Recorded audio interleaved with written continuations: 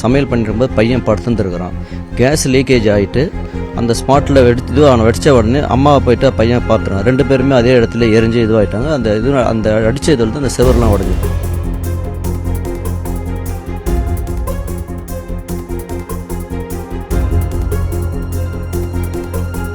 எனக்கு house owner case வச்சுட்டு உள்ள பசங்க மாட்டி 2 பேர் மாட்டி நிற்கிறாங்க.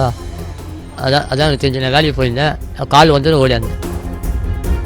அவங்க ஃபோன் பண்ணதுக்கப்புறம் தான் அவர் ஃபோன் பண்ணார். அழுதுட்டதுக்கப்புறம் தான் நான் ஆஃபீஸ்லேருந்தே வந்தேன். கேஸ் தான் சிலிண்டர் தான் பஸ்ட் ஆயிருக்கு. அக்கா பையன் பெரிய பையங்க 25 இயர்ஸ். காலேஜ் எல்லாம் முடிச்சுட்டு வேலை பார்த்துக்கிறான். வேலை விட்டுட்டான். சரி வேற வேலை பார்த்துட்டு இருந்தான். 25th ஜாயின் பண்ணுறேன்னு சொன்னான். நைட்டு வந்து பார்த்துட்டு தான் போனேன்.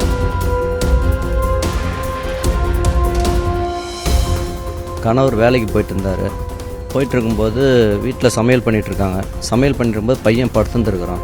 கேஸ் லீக்கேஜ் ஆகிட்டு அந்த ஸ்பாட்டில் அவனை வெடித்த உடனே அம்மாவை போயிட்டு பையன் பார்த்துறான். 2 பேருமே அதே இடத்துல எரிஞ்சு இதுவாகிட்டாங்க.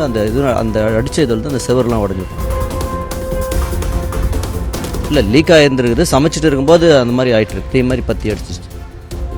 அந்த துணி அவங்க புடவை கட்டியிருந்தாங்கல்ல, அந்த சேரீலாம் அப்படியே பிடிச்சிச்சு. அவங்கள போய் அன்றைக்கி போய் இந்த பையனும் அதுவாகிட்டு வெளியே அந்த தாப்பால் போட்டிருந்தனால உள்ளுக்குள்ளே யாரும் போக முடியல.